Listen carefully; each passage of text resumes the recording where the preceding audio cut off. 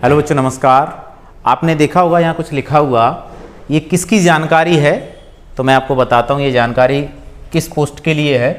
तो ये एक पोस्ट निकली हुई है आपके लिए बीएसएफ की, काफ़ी अच्छी पोस्ट है, एससीएम की पोस्ट है, एक तरीका से क्लर्क होते हैं ये लोग।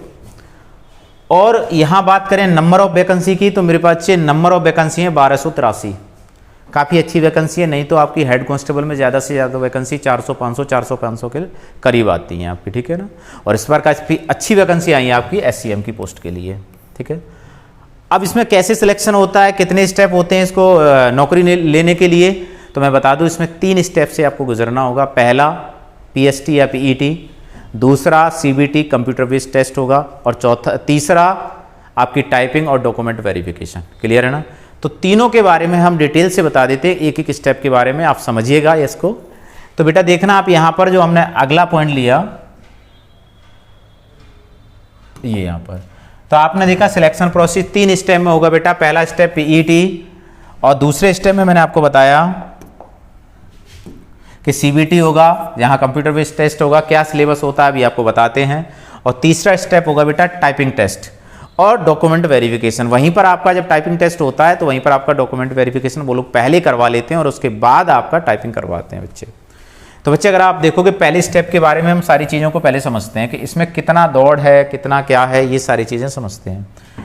तो बच्चे आप यहाँ देखोगे तो ये लिखा हुआ है आपका फर्स्ट स्टेप, और यहाँ पर देखोगे तो मैंने अलग अलग डिवाइड कर दिया है। पुरुषों के लिए अलग लिख दिया है इधर, और महिलाओं के लिए हमने अलग लिख दिया है इधर। क्लियर है। तो चलो आज समझते हैं। अच्छा, एक इसमें क्या चेंज हुआ है, इससे पहले जितनी भी एचसीएम की पोस्ट निकलती थी, जितनी भी हेड कांस्टेबल की पोस्ट निकलती थी बच्चे, उसमें कभी भी रनिंग नहीं होती थी। पहली बार ये ऐड हुआ है कि इस बार आपको रनिंग भी देनी पड़ेगी हेड कांस्टेबल की पोस्ट के लिए। क्लियर है। इससे पहले किसी भी पोस्ट, चाहे सीआरपीएफ हेड कांस्टेबल निकले, चाहे बीएसएफ हेड कांस्टेबल निकले, चाहे सीएसएफ हेड कांस्टेबल निकले, चाहे आपका आईटीबीपी हेड कांस्टेबल निकले, किसी भी हेड कांस्टेबल में आपका रनिंग नहीं होता था। पहली बार बीएसएफ के हेड कांस्टेबल में आपका क्या जोड़ा गया, रनिंग जोड़ी गई आपकी। कितनी रनिंग है और कैसे कैसे, वो सारा डाटा आपका यहाँ पर लिखा हुआ है। तो बच्चे आप देखोगे यहाँ पुरुष के लिए अगर मैं हाइट की बात करूं बच्चे, तो हाइट में अगर आप देखोगे तो जनरल, ओबीसी और एससी 165 सेंटीमीटर आपकी हाइट होना चाहिए। क्लियर है। यहीं पर अगर पुरुषों में एसटी की बात करेंगे बच्चे तो 162.5 सेंटीमीटर हाइट होनी चाहिए आपकी। इतना क्लियर है। तो बच्चे कुछ कंफ्यूज हो जाते हैं कि एससी वालों को छूट मिलेगी, ऐसा कुछ नहीं होता। हाइट में आप जनरल हो, चाहे ओबीसी हो, चाहे एससी हो, 165 सेंटीमीटर चाहिए। एसटी वाले बच्चों को हाइट की छूट मिलती है, और वो कितना है, 162.5 सेंटीमीटर। यहीं पर बच्चे हम रनिंग की बात करें तो मेरे बच्चे एक बात देखना, ये पहली बार ऐड हुआ है रनिंग का मामला कि 1.6 किलोमीटर यानी 1600 मीटर की दौड़ आपको करनी होगी बच्चे। और आपको टाइमिंग जो दिया जाएगा वो 6 मिनट 30 सेकंड दी जाएंगी आपको, यानी 6.5 मिनट में आपको 1600 मीटर की दौड़ को पार करना है।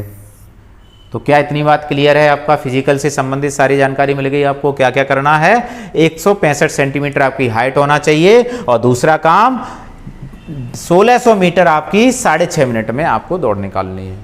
अब यहीं पर महिलाओं की बात करें तो महिलाओं की जो हाइट है बच्चे, तो बच्चे मैं आपको बता दूं यहाँ पर जनरल, ओबीसी, एससी 155 सेंटीमीटर। अगर इधर कट रहा हो तो मैं इधर लिख देता हूं 155 सेंटीमीटर आपकी हाइट चाहिए मेरे बच्चे।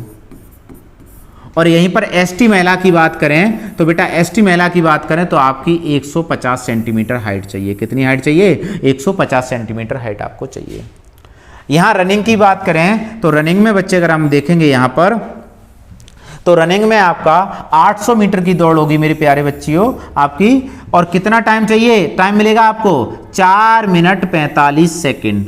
कहने का मतलब ये है कि आपको 800 मीटर की रनिंग को पार करना होगा, और विदिन कितनी मिनट और कितने सेकंड में, 4 मिनट और 45 सेकंड में। तो मेरी बच्चियों आपको ये वाला पॉइंट एकदम क्लियर होगा। महिलाओं से संबंधित ये जानकारी है और पुरुष से संबंधित ये जानकारी है। पुरुष में चेस्ट का मेजरमेंट और होता है, तो मैंने इधर लिख दिया है कि 77 सेंटीमीटर से लेकर के 82 सेंटीमीटर तक आपका होना चाहिए, यानी 5 आपका फुलाने के बाद होना चाहिए, यानी 77 होना चाहिए। जिसमें एसटी बच्चे को 5 की और छूट मिल जाती है। आप इस तरीके से देख लेना, ठीक है ना। चलिए, तो ये आपके फिजिकल से संबंधित जो भी जानकारी थी वो मैंने आपको दे दी। क्लियर है सभी का? तो देखो बच्चे, आपके लिए वीडियो बना रहे हैं, आपका काम है लाइक और शेयर करना।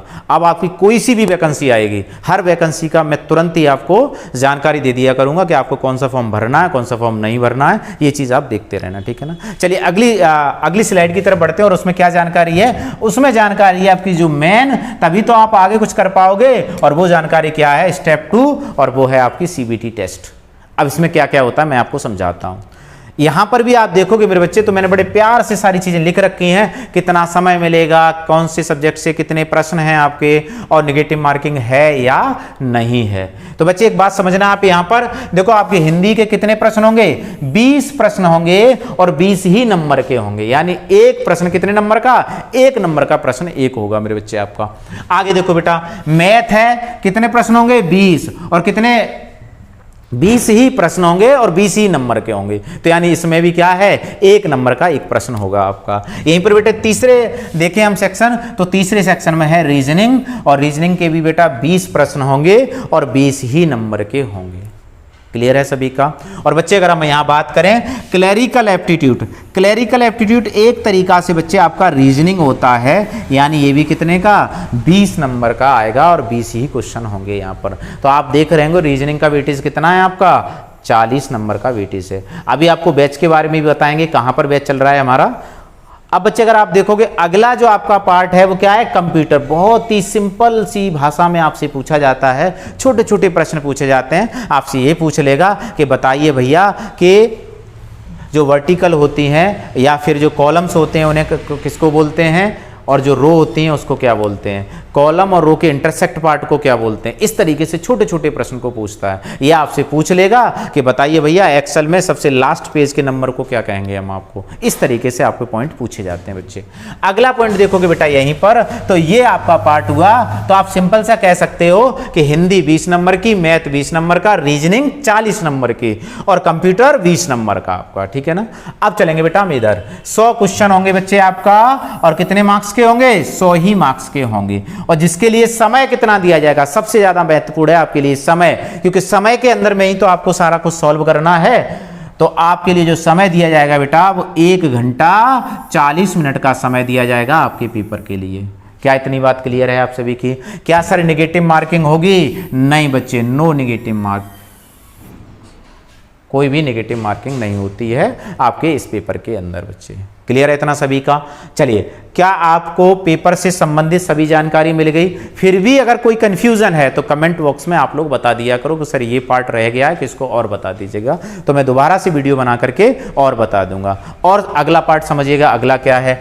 अब जब आप रिटन क्लियर कर लोगे तो रिटन के बाद आपका होगा, रिटन से पहले होगा PST यानी फिजिकल होगा आपका, फिजिकल के बाद होगा आपका स्टेप 2। क्या स्टेप 2 में होगा?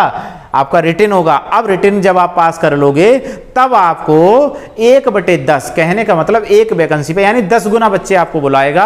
और वो किसके लिए बुलाएगा? टाइपिंग के लिए। ये कंफर्म नहीं है अभी कि 10 गुना बुलाएगा या 15 गुना बुलाएगा या 20 गुना बुलाएगा। ये अलग अलग वैकेंसी का अलग अलग रूल होता है। जैसे CISF की बात करें तो केवल 10 गुना ही बुलाता है। CRPF की बात करें तो वो एक कट ऑफ निर्धारित कर देता है कि 35% बच्चे ये वाले नंबर के, और 40% आपके जनरल और OBC, और SC 35%, जितने ही बच्चे पास करेंगे वो सभी को टाइपिंग के लिए बुलाता है। ठीक है, सब एग्जामों का अलग अलग तरीका है। इसके में अभी ये मेंशन नहीं है कि कितने % बच्चे बुलाएगा, 10 गुना बुलाएगा या 15 गुना बुलाएगा, लेकिन ये लास्ट रहता है 10 या 15 गुना, इससे ज्यादा नहीं बुलाता है। ठीक है ना बच्चे? चलिए, अब अगला पार्ट है आपका कि सर स्टेप 2 भी आपने समझा दिया, स्टेप 1 भी समझा दिया, अब स्टेप 3 की तरफ चलते हैं। तो स्टेप 3 में क्या दिया हो बच्चे, समझो आप। यहाँ पर ये आ गया आपके सामने, जो आपके लिए बहुत ही ज़्यादा फाइनल सिलेक्शन के लिए यहीं से आपको गुजरना होगा। क्लियर है? तो जब आप यहाँ देखोगे मेरे बच्चे, तो आपने देखा इंग्लिश की टाइपिंग कितनी चाहिए? 35 वर्ड पर मिनट आपकी इंग्लिश की टाइपिंग होनी चाहिए। और आपका 10 मिनट का टेस्ट होगा। किसी किसी एग्जाम में 15 मिनट का भी टेस्ट लेते हैं, ज़्यादातर 10 ही मिनट का लेते हैं वो। और यहाँ बेटा हिंदी की टाइपिंग की बात करेंगे तो कितनी वर्ड पर मिनट चाहिए? 30 वर्ड पर मिनट चाहिए। तो मेरे प्यारे बच्चों, मैंने BSF हेड कांस्टेबल के बारे में आपको पूरी जानकारी दे दी है। अभी मैं एक वीडियो लेकर के आएंगे कि टाइपिंग की आपको, पहले तो आपको देखो आपका जो पास में कोई सेंटर है वहाँ से सीखिएगा, फिर मैं आपको एक ऐसे साइट बता दूंगा या मैं ऐसा एक प्लेटफॉर्म बता दूंगा जहां से आप खरीद लेना, ज़्यादा नहीं 100 या 150 रुपये में वो लोग 6 महीने का वैलिडिटी देते हैं, जहां से आप अपनी प्रैक्टिस कर लेना। एकदम सारा कुछ उसमें निकल के आता है, आपकी एक्यूरेसी कितनी, आपकी स्पीड कितनी, आपने क्या चीज़ गलत किया है, क्या नहीं गलत किया है, तो मैं आपको अगले वीडियो में बताएंगे। फिलहाल के लिए आपको इतनी जानकारी दी, जो भी आपकी पूरी जानकारी दी है, ठीक है ना मेरे बच्चे, प्यारे बच्चे। आप सभी लोग वीडियो को ज़्यादा से ज़्यादा शेयर करिएगा और चैनल को सब्सक्राइब करवाइएगा।